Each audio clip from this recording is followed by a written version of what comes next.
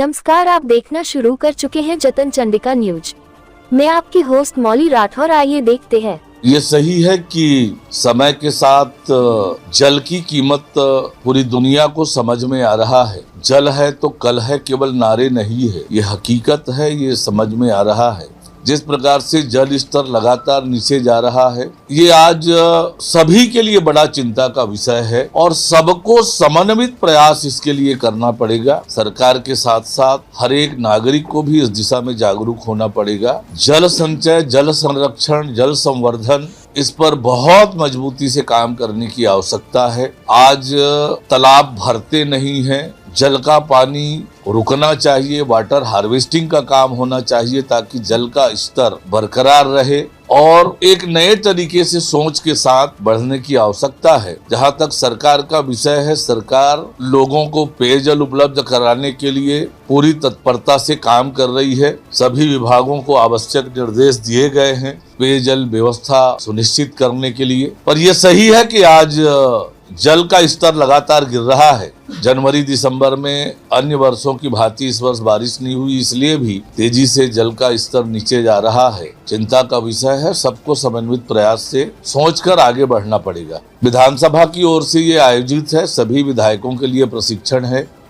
आपको ध्यान में होगा, पूर्व में मंत्रियों का प्रशिक्षण वहां पर हो चुका है 2 दिवसीय।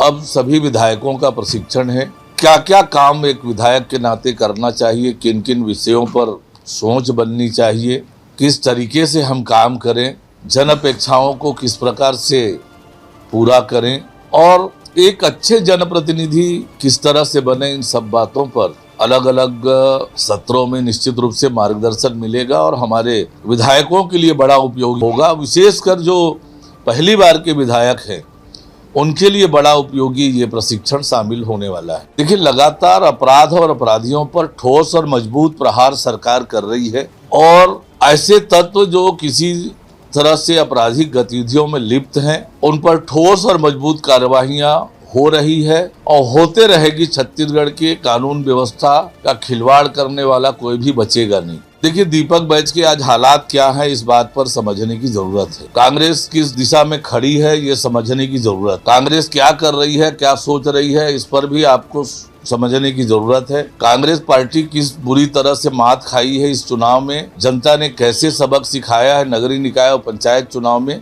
दीपक बैच जी अपनी पार्टी की चिंता करें। एक भारत श्रेष्ठ भारत, भारत देश में रहने वाले लोग सब एक हैं, अनेकता में एकता, ये भारत की विशेषता है। ये देश विविध संस्कृति, विविध सभ्यता से मिला जुला कर बना हुआ देश है और सभी की परंपराएं सब मिलकर ही देश बनता है और इसलिए एक भारत श्रेष्ठ भारत के ये परिचायक है।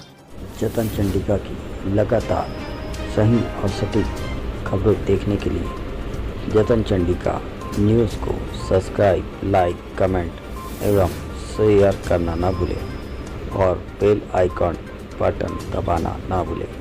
लगातार जतन चंडिका